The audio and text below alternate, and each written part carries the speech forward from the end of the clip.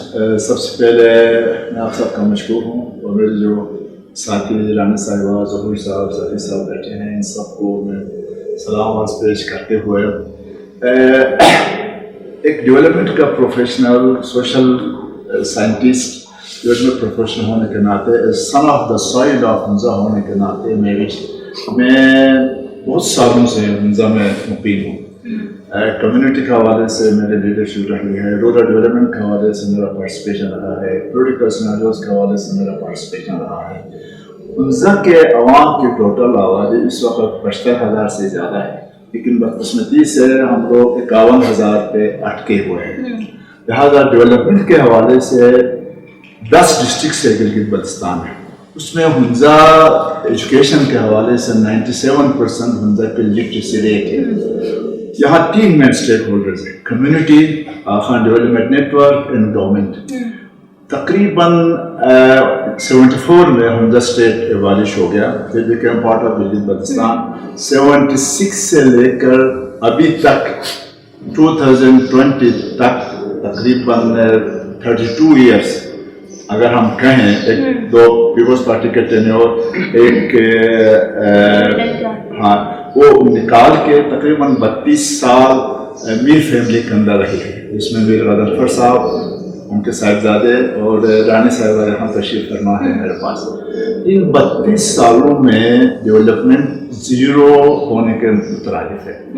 Education میں کوئی development نہیں ہوئی ہے, ہیلتھ میں کوئی ڈیولپمنٹ نہیں ہوئی ہے. میں آپ کو ایگزیکٹلی بتانا چاہوں گا, 1928 میں علی آباد میں ایک ہاسپٹل بنا تھا انگریزوں کے زمانے میں, 10 بیڈ کا, تقریباً وہ ابھی تک درمیان میں 2012. ٹھیک ہو گیا. آپ سمجھتے ہیں کہ یہ بیسک جو نیڈس تھی وہ ایجوکیشن, ہیلتھ, اس کے اوپر کوئی زیرو کام ہے. ٹھیک ہو گیا. یہ ظہور صاحب آپ کیا سمجھتے ہیں بیسک فیسلٹیز عوام کو مل پائی ہیں یا نہیں مل پائی اب تک کے دور میں بھی؟ Thank you very much for having me here. ہمارا جو ہنزا ہے this is gateway to China and the other hand gateway to Pakistan. اور اس کی جو لینڈسکیپ ہے پورے جی پی میں سب سے زیادہ 10,500 اسکوائر کلومیٹر کا محیط ہے. انفارچونیٹلی نہ یہاں پہ health facility according to the population, نہ بجلی کے پروجیکٹس.